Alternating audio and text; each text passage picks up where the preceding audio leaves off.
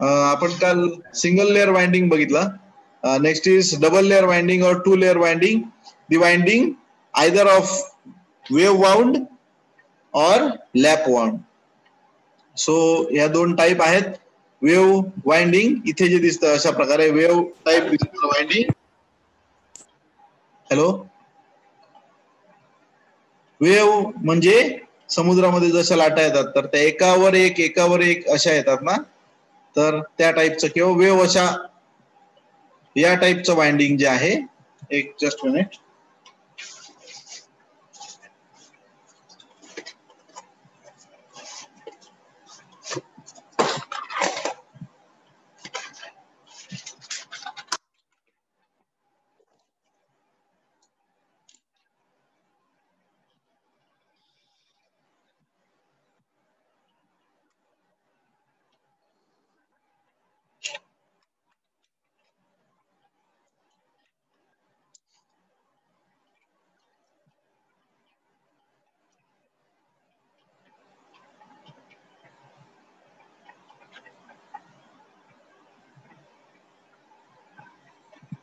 So हे बघा, या शेप मध्ये जेव्हा वाइंडिंग असतं, so this is nothing but the wave winding. याला काय म्हणतात? वेव्ह वाइंडिंग असं म्हणतात. Okay, so this is look like a wave. समुद्रामध्ये जशा लाटा येतात तसं दिसतं, तर याला काय म्हणतो आपण? Wave winding. आणि लॅप वाइंडिंग म्हणजे काय? लॅप म्हणजे एकानंतर एक. तर हे बघा, हे त्याच्यानंतर अशा प्रकारे. सो हे एकावर एक लॅप दिसतात तुम्हाला. Okay, so this winding is called as the lap winding. हे आहे लॅप वाइंडिंग. याला काय म्हणणार तुम्ही? Lap winding. ओके, याला म्हणणार वेव्ह वाइंडिंग. फरक दोघांमधला समजला का? हे वेव्ह वाइंडिंग बघा कसं आहे. म्हणजे समजा हे स्लॉट आहेत तुमचे, समजूया आपण.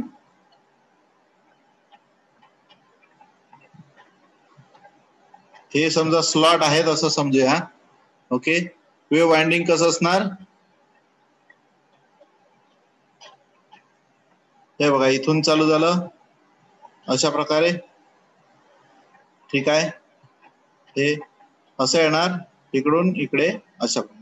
So this one is the wave winding. याला तुम्ही म्हणणार काय? Wave winding. ओके, सो हे झालं wave winding. Okay, this one is the wave winding. आणि लॅप वाइंडिंग कसं असणार? पुन्हा एकदा दाखवतो इथे. हे समजा स्लॉट आहेत. If these are the slots, lap winding असं असणार, लाईक दिस.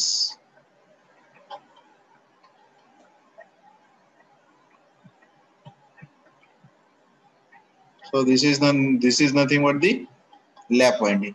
फरक लक्षात येतोय का तुमच्या वेव्ह आणि लॅप मधला? Yes or no? चार्ट मध्ये टाकलात तरी चालेल. लॅप आणि वेव्ह मधला फरक लक्षात येतोय का? चार्ट मध्ये टाकलात तरी चालेल. आहात का तुम्ही सगळे? बोला. हो सर, हो. लॅप आणि वेव्ह मधला फरक आला लक्षात?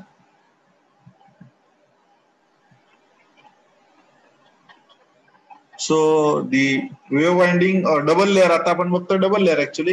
सो डबल लेअर मध्ये दोन्ही टाईप येतात. एक वेव्ह पण येते किंवा लॅप पण येते. ओके, दोन्ही टाईप येऊ शकतात. So it is the simplest as said above, most commonly used not only in synchronous machine but in induction motor as well. So induction motor मध्ये जनरली वापरतात. So the 2 points बघा, one is ordinary, the number of slots in the stator is multiple of the number of poles and the number of phases. म्हणजे काय असणार? समजा 4 pole motor आहे, 3 phase, तर 4 त्रिक 12 म्हणजे 12 स्लॉट येईल किंवा 24 स्लॉट और 36 स्लॉट और 48 स्लॉट. अशा प्रकारे या multiple of the pole into phase अशा प्रकारे एवढे स्लॉट या वाइंडिंग मध्ये वापरले जातात. म्हणजे 12चा पाडा थोडक्यात. 12 2 24, 12 3 36, 12 4 48. तर अशा प्रकारे हे स्लॉट कशामध्ये असतील? डबल लेअर वाइंडिंग मध्ये असतील. The number of stator slots is equal to the number of coils. Double layer म्हणताय तुम्ही. किती? डबल लेअर म्हणजे स्टेटर स्लॉट आणि नंबर ऑफ कॉईल ह्या काय पाहिजेत, सेम पाहिजेत. ओके. आणि सिंगल लेअर मध्ये काय असतं, सिंगल लेअर मध्ये किती पाहिजेत, एका कॉईलची एकच साइड एका स्लॉट मध्ये जाईल. समजा असं आपण समजूया, सिंगल लेअर आणि डबल लेअर मधला आपण थोडासा फरक बघूया काय आहे तो.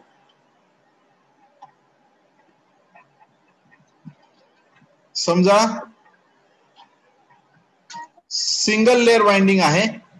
हा, if we have 12 coils, 12 coil आहेत आपल्याकडे. सिंगल लेअर मध्ये प्रत्येक स्लॉट मध्ये एकच कॉइलची साइड जाईल, बरोबर. म्हणजे किती स्लॉट पाहिजे सांगा, किती स्लॉट पाहिजे. या 12 कॉइलच्या साइड्स किती असणार, साइड्स किती असणार, एका कॉइलला किती साइड असतात, 2 साइड. किती असतात, 2 साइड, बरोबर ना. ही कॉइल अशी असते, right. This one is the coil, म्हणजे तिची ही एक साइड झाली आणि ही दुसरी साइड झाली. प्रत्येक कॉइलला किती साइड असतात, 2 साइड असतात. मग सिंगल लेअर मध्ये आपण काय म्हणतो, सिंगल लेअर मध्ये एका स्लॉट मध्ये एका कॉइलची एकच काय जाते, एकच साइड जाते. ओके. सो किती स्लॉट लागणार, 12 कॉइल असतील तर 24 स्लॉट लागणार. किती स्लॉट लागणार, 24 स्लॉट लागणार. आणि डबल लेअर मध्ये, डबल लेअर मध्ये कसं असणार, एका स्लॉट मध्ये बाजूबाजूच्या 2 कॉइल ज्या असतील त्या 2 कॉइलचे एक एक साइड जाईल, बरोबर. हे बघा अशा प्रकारे, राईट. सो एका स्लॉट मध्ये 2 कॉइल, एका स्लॉट मध्ये 2 कॉइल, म्हणून काय म्हणणार त्याला आपण, डबल लेअर. मग डबल लेअर मध्ये जर समजा 12 कॉइल असतील तर स्लॉट किती असणार, 12 स्लॉट, 12 स्लॉट्स, बरोबर. 12 कॉइलच्या साइड्स किती झाल्या, 24 स्लाइड. आणि जाणार किती, किती मध्ये, त्या किती मध्ये जाणार, एका स्लॉट मध्ये 2 साइड जाणार. म्हणजे काय म्हणूया आपण त्याला, काय म्हणूया, double layer winding. Okay. So तुम्हाला मी वेव्ह वाइंडिंग कसं असतं ते दाखवतो, जस्ट सेकंड.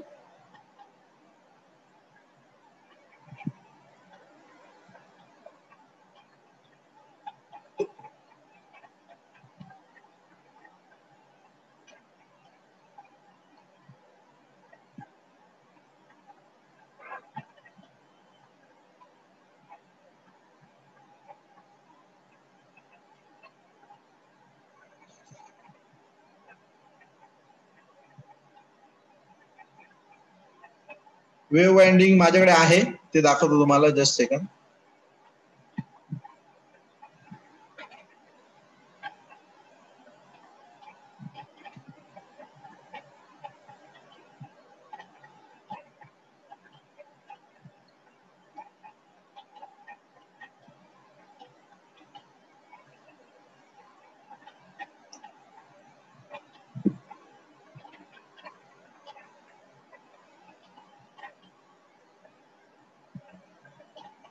तुम्हाला दिसतंय का समोर, दिसतंय का तुम्हाला, येस ऑर नो. यस. काय दिसतंय, काय दिसतंय, व्हिडिओ दिसतोय का, वाइंडिंग दिसतंय का. हो सर. हा, हे बघा, हे वाइंडिंग कसं दिसतंय बघा. इथून समजा सुरू झालं, कुठूनही बघा, एका ठिकाणून इथून सुरू झालं, इथे आलं, इथून पुन्हा खाली आलंय बघा. हा, इथून पुन्हा कुठे गेलंय, इथे वर आलाय. हे बघा, वरून कुठे येतोय, पुन्हा इथे खाली आलाय. सो ह्या टाईपच्या वाइंडिंगला कोणत्या टाईपचं वाइंडिंग म्हणणार सांगा बघूया, कोणत्या टाईपचं वाइंडिंग म्हणणार. हे बघा, वरती आहे, इकडून इकडे आहे, इकडून पुन्हा वरती आहे, इकडून या बाजूला येत आहे पुन्हा. हे कोणत्या टाईपचं वाइंडिंग आहे, कोणत्या टाईपचं वाइंडिंग आहे सांगा. हा, wave winding. Wave winding, very correct. So this one is the wave winding. हे वर खाली असं जे वेव्ह सारखं दिसतंय म्हणजे वेव्ह वाइंडिंग आहे. ओके. आता इथे लॅपिंग पण थोडंफार तुम्हाला दिसतं ऍक्च्युली, हे बघा. पण लॅप मध्ये कसं असतं तर अशा प्रकारे राऊंड राऊंड राऊंड घेतलेलं असतं. वेव्ह वाइंडिंग मध्ये तुम्हाला अप्पर साइड अशा प्रकारे म्हणजे वरती गेलेलं दिसेल, बरोबर, वरती गेलेलं दिसेल, पुन्हा खाली, पुन्हा वरती, अशा प्रकारे दिसेल. Okay. So this is the, हे बघा, हे तुम्हाला दिसतं इथे काय आहे, सेमी ओपन टाईप स्लॉट आहेत. सेमी ओपन टाईप स्लॉट मध्ये वेव्ह वाइंडिंग आतून पण दिसतंय बघा तुम्हाला. ही कॉईल बघितलात तर तुमच्या लक्षात येईल. हे बघा, ही वरची साइड आहे, इकडे खाली आले, पुन्हा इथे कुठे गेले, वर गेले, बरोबर, पुन्हा खाली आले बघा. So this one is the wave winding. हे बघा, खालून आलेली आहे इथे आणि ह्या स्लॉट मधून इकडे वर गेले, या स्लॉट मधून पुन्हा इथे खाली आले, या स्लॉट मधून पुन्हा इथे वर गेले. So this one is the wave winding. Okay. Lap मध्ये कसं असणार, अशा प्रकारे राऊंड राऊंड. ओके. आणि एंड टर्मिनल बाहेर काढलेले असतात. लक्षात येत आहे? येस.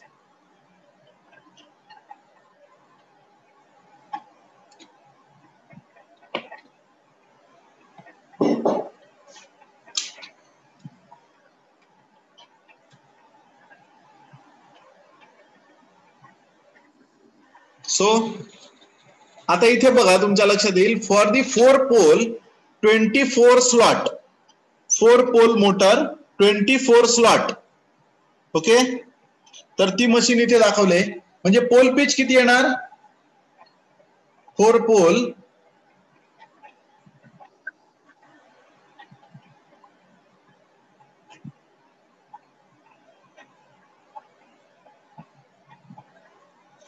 4 पोल म्हणजे समजा असे हे 4 पोल झाले आपले, समजूया आपण. ओके. आणि 24 स्लॉट म्हणजे हे स्लॉट किती आहेत, 24 स्लॉट अशा प्रकारे असतील, असं समजूया आपण. ओके. अशा प्रकारे 24 स्लॉट आहेत असं समजूया. मग एक पोल समजा 1 नंबरच्या समोर असेल तर दुसरा पोल कुठे असेल, हा पोल समजा एन पोल आहे, समजा हा एस आहे, this one is N, this one is S. हा एन पोल या 1 नंबरच्या समोर असेल तर हा एस पोल कुठे असेल, 24 स्लॉट डिवायडेड बाय किती करायला पाहिजे आपल्याला, 4 pole. Okay. So answer is 6. So full pitch coil म्हणजे किती येणार, फुल पिच कॉईल म्हणजे काय म्हटलंय आपण, या त्या कॉईलची एक साइड एन पोलच्या समोर असेल तर दुसरी साइड एस पोलच्या समोर हवी. म्हणजे आता ह्या कंडिशन मध्ये फुल पिच किती येणार किंवा पिच किती येणार, coil pitch which is 6, coil pitch which is 6 इथे दाखवलेलं आहे बघा. So 4 pole 24 slot stator machine, the pole pitch which is 24/4, that is nothing but the 6 poles. So हे कशासाठी आपण 6 पोल घेतो, तुम्हाला काल मी सांगितलं, maximum flux linkages at A time तुम्हाला कधी मिळतील, जर कॉईल फुल पिच असेल तरच मिळतील, लक्षात घ्या. So in alternator the maximum voltage which is obtained using full pitch coil.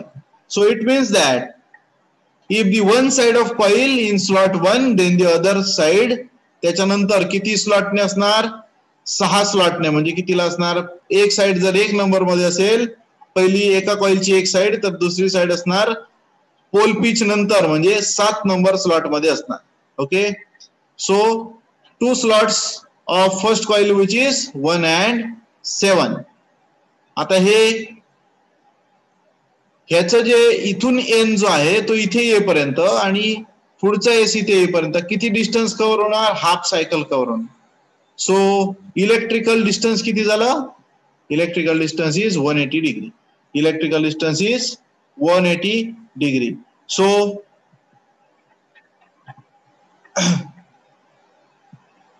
त्या प्रकारची डायग्राम जी तुम्हाला खाली दाखवलेली आहे. त्याच्यानंतर इथे काय म्हटलंय बघा, each of the 3 phases has 24/3 म्हणजे एका फेज मध्ये किती कॉइल येणार, एका फेज मध्ये 8 कॉइल येणार, एका फेज मध्ये 8 कॉइल येणार आणि पोल पिच किती येणार, 6 येणार. ओके. सो 24 8 त्रिक 24 म्हणजे 8 कॉइल, या 24 कॉइल ज्या आहेत त्या कशा डिवाइड होत आहेत तर 8 8 8 अशा डिवाइड होत आहेत, 8 त्रिक 24. So maximum voltage to obtain maximum voltage, the pitch which is taken as full pitch. Pitch which is taken as full pitch. Okay, इथे डायग्राम दाखवले तुम्हाला लक्षात येईल तुमच्या. आपण ट्रेस आउट करून बघूया.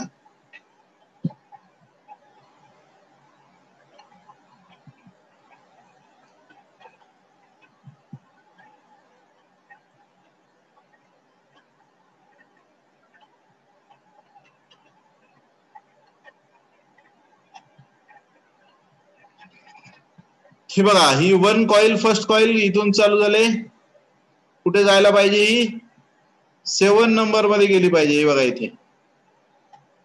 ओके, 7 नंबर मध्ये. 2 पासून चालू झालेली कॉइल कुठे गेली पाहिजे, 8 नंबर मध्ये गेली पाहिजे. ही बघा, ही इथून 2 मधून चालू झालेली 8 नंबर मध्ये गेली पाहिजे. ओके, तसंच सेम 3 मधून चालू झालेली 9 मध्ये गेली पाहिजे, वगैरे वगैरे. सो अशा प्रकारे हे काय केलं जातं, तर या म्हणजे हे जे प्रोग्रेशन म्हणतात, याला काय म्हणतात, वाइंडिंग प्रोग्रेशन. तर ते वाइंडिंग प्रोग्रेशन असं केलं जातं, म्हणजे 1, 7, 13 आणि 19. ओके, हे झाले फर्स्ट फेजची सुरुवात, इथे दिसतंय तुम्हाला, आणि त्याचा एंड जो आहे तो इथे काढलेला आहे F1. ओके, सो हा जो आहे हा F2 आहे 1 मध्ये, किंवा S1 म्हटलं तर चालेल. स्टार्टिंग 1 आणि फिनिशिंग 1, S1 आणि F1. हा बघा इथे दिसतोय तुम्हाला. सो S1 म्हणजे स्टार्टिंग 1, F1 म्हणजे फिनिश 1, S2 म्हणजे स्टार्टिंग 2, F2 म्हणजे फिनिश 2. ओके, सो हे झालं पहिल्या कॉइलची कनेक्शन. दुसऱ्या कॉइलची काय म्हटले आपण, 2 मधून जी चालू होईल ती 8 मध्ये जाईल, नंतर 14 आणि नंतर 20. ओके, अशा प्रकारे तुम्हाला ही प्रोग्रेशन जी आहे ती मिळतात. Okay, so 360 degree divide by 24 slot, म्हणजे एक स्लॉट कितीचा झाला,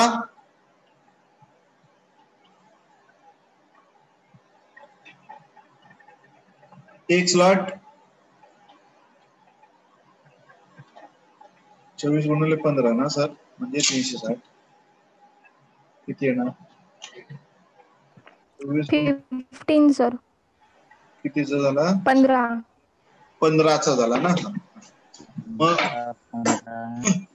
हे झालं मेकॅनिकल डिस्प्लेसमेंट 15 आणि इलेक्ट्रिकल डिस्प्लेसमेंट इथे 30 डिग्री आपण म्हणतो. Okay, so from the coil 1 and 2 of this phase are said to constitute of polar group, which is defined as the group of coils per phase per pole. So other polar group, so that is 7, 8 and 13 and 14, 19 and 20. After the coil are placed in slots, the polar groups are joined and these groups are connected together with alternate pole reversed. Alternate pole reverse. म्हणजे generally काय केलं जातं, तुम्ही जर 3 phase AC supply बघितला तर तो कसा असतो बघा, ही समजा आर फेज आहे, ही वाय फेज आहे. तर ह्या 2 फेज जेव्हा पॉझिटिव्हला असतात तेव्हा थर्ड फेज जी आहे, समजूया ही थर्ड फेज, एक पुन्हा काढतो 1 minute.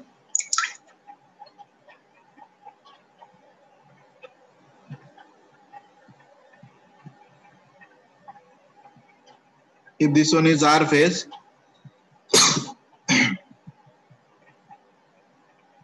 after 120, this is Y phase, and after 120, that is B phase. तर 2 फेज जेव्हा पॉझिटिव्हला आहेत तेव्हा कायम एक फेज जी आहे ती काय असते, निगेटिव्हला असते. त्यामुळे हे जे यांचं कनेक्शन करतानाही तसंच आपण करतो की, म्हणजे A1 A2 जर पॉझिटिव्हला असतील तर A3 जी आहे ती उलट्या साईडची आपण घेतो, जेणेकरून तुम्हाला काय मिळतं, हे सिक्वेन्स जो आहे तो काय होतो, मेंटेन होतो. तर तेच इथे म्हटलेलं आहे.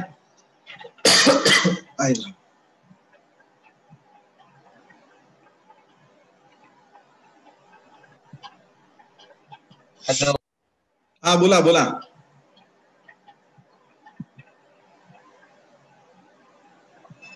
एनोटेट केलं ना सर की पेन चालत नाही, हे चालत नाही, माऊस चालत नाही. हे बघा इथे दाखवलेलं आहे तुम्हाला प्रोग्रेशन कसं आहे ते.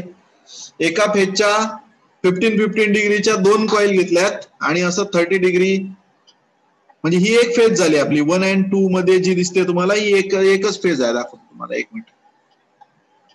प्रोग्रेशन इथे तुमच्या लक्षात येईल.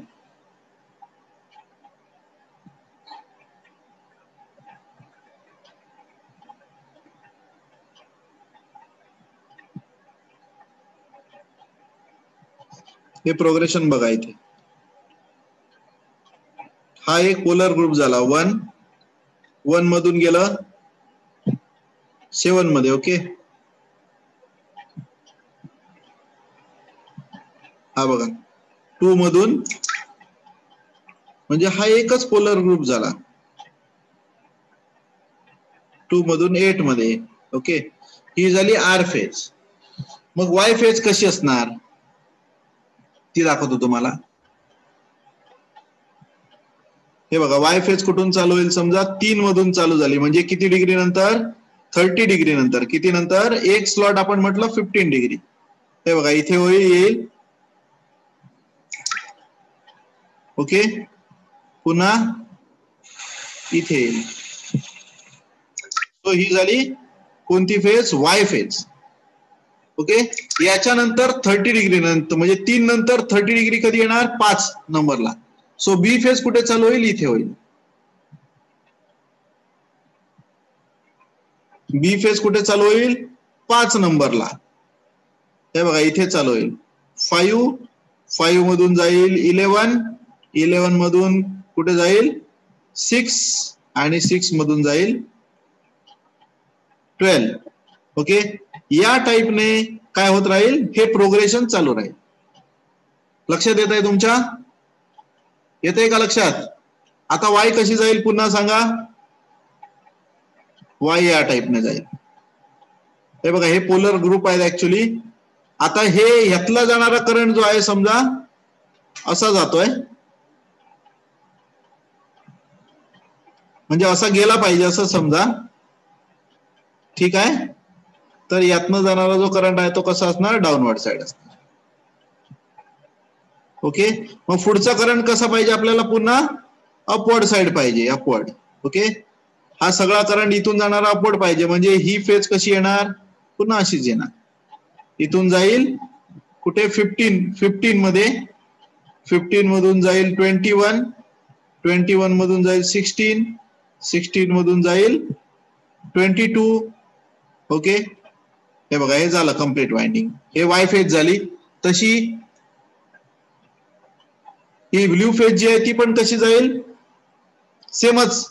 ही साइड 18 पर्यंतची आहे, ते काय जायला पाहिजे, याप्रमाणेच गेलं पाहिजे वाइंडिंग. हे जो आहे तो काय, तो करंट, हा बघा असा इथे येईल, इथून 24 मध्ये जाईल. ओके, 24 मधून बाहेर येईल. सो असे 6 टर्मिनल येतील. हे बी फेजचे 2, वाय फेजचे 2 आणि आर फेजचे 2. सो हे प्रोग्रेशन जे आहे ना, हे तुम्ही स्वतः काय करा, वहीवर स्लॉट आखून घ्यायचे. वहीवर स्लॉट आखून घ्यायचे. इथे दाखवलेले आहेत बघा, अशा 2 लाईन मारून काय करायचं, स्लॉट आखून घ्यायचे.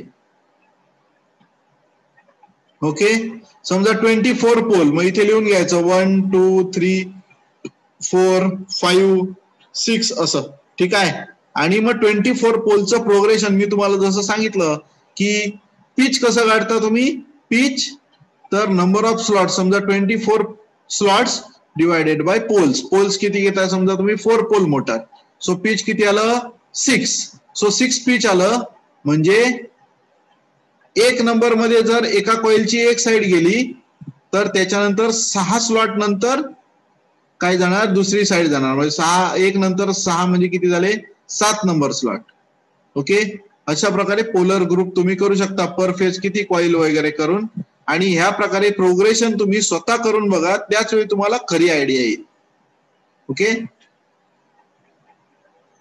So this is the lap type winding, हे लॅप वाइंडिंग आहे. ओके, हे समजलं का तुम्हाला की पुन्हा रिपीट करू? बोला, एनीवन?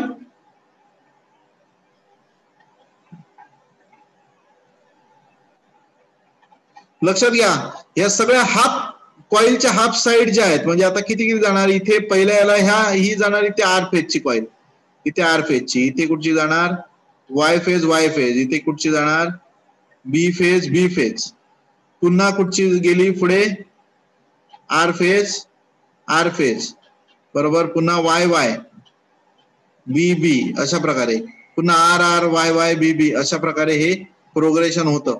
आता इथे डबल लेअर असेल, इथे डबल लेअर आहे समजा, तर एका ह्याच्यामध्ये काय होणार, दोन कॉइलच्या एक साइड जाणार. ओके, तर अशा प्रकारे आपण हे प्रोग्रेशन करत असतो.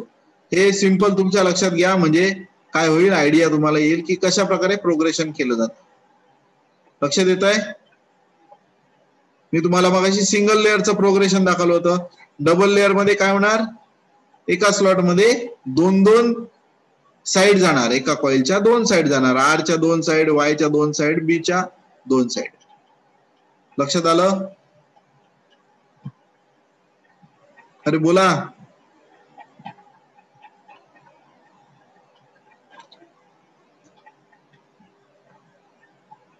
सर बोलतच नाही हो.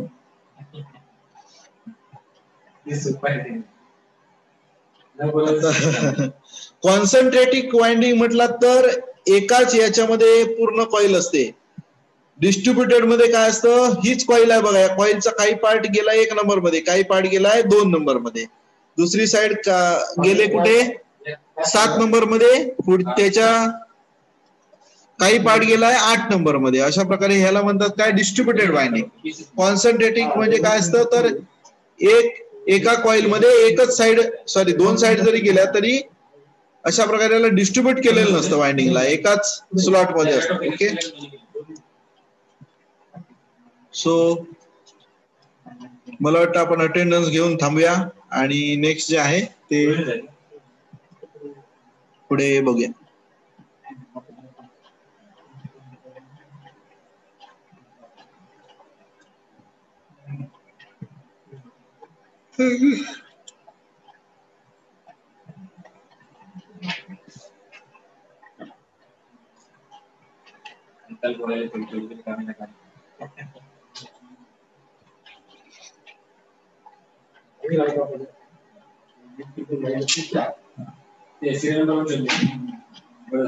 त्यांना क्लिअर झालं बघायला, त्यांना सांगता येईल बाबा आमची 4 आयटम पाहिजे.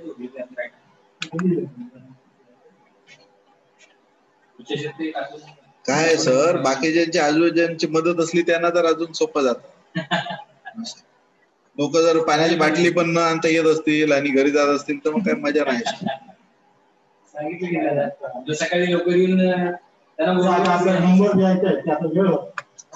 कसं असतं, थोडं एकमेकांना सपोर्ट करायला पाहिजे. आणि ह्याच्यात आम्ही लक्ष घालणं म्हणजे चुकीचं होतं. ऑफिसर लोकांनी त्यांना असं वाटतं की आपण प्रत्येक गोष्टी तरी, पण तुम्ही करा ना, मग कोण लक्ष घालणार नाही. अर्ध्या तासात होतं ना.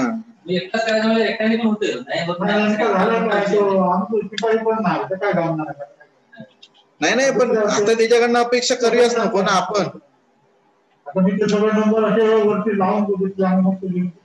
हो सर, पण आता झाला त्याची अपेक्षा आपण काय करताल. पण आपले हद जे धडधाकड त्यांनी तरी इले तरी भरपूर आहे ना.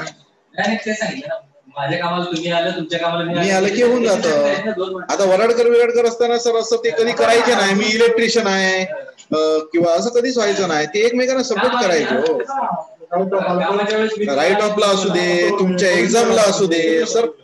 सर मी एकटा 95 मुलांचं सगळं एवढं केलं, कधीच मला जाणवलं नाही हो, कारण एकमेकांना सपोर्ट करणारी लोक होती ना. मला कधी लक्षात टेन्शनच घ्यावं लागलं नाही.